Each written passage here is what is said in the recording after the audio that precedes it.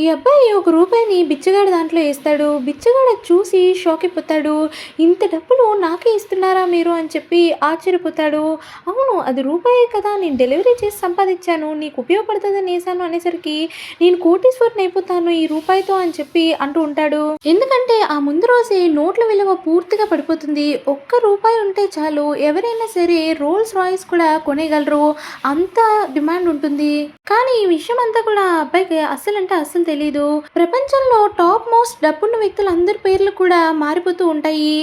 ఒక వ్యక్తి అడుగుతూ ఉంటాడు, అసలు ఈరోజు డబ్బున్న వ్యక్తి ఎవరయ్యారు అని చెప్పి. వెంటనే వాళ్ళు వెతకాలని చెప్పి ఆ అబ్బాయిని వెతుక్కుంటూ ఉంటారు.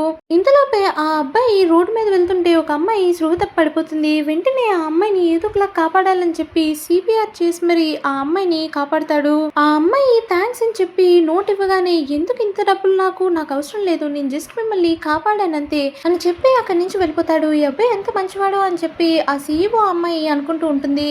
ఇంతలో ఆ అబ్బాయి అక్కడ బస్ ఎక్కి అక్కడ ఒక 1 రూపీ కాయిన్ ని వేస్తాడు. ఆ బస్ డ్రైవర్ వెంటనే ఆపేస్తాడు.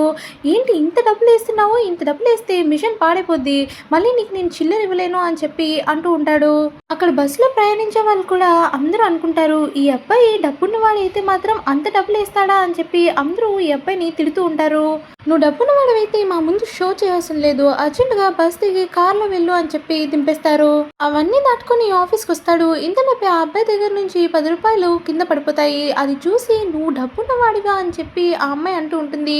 ఇన్నాళ్ళు నీకోసమే వెతుకుతున్నాము, ప్రపంచంలోనే అత్యంత డబ్బున్న వ్యక్తి నువ్వు అని చెప్పి కూర్చోబెట్టి మాట్లాడతారు. ఇప్పుడు ఈ అబ్బాయి ప్రపంచంలోనే అత్యంత డబ్బున్న వ్యక్తిగా అయిపోతాడు.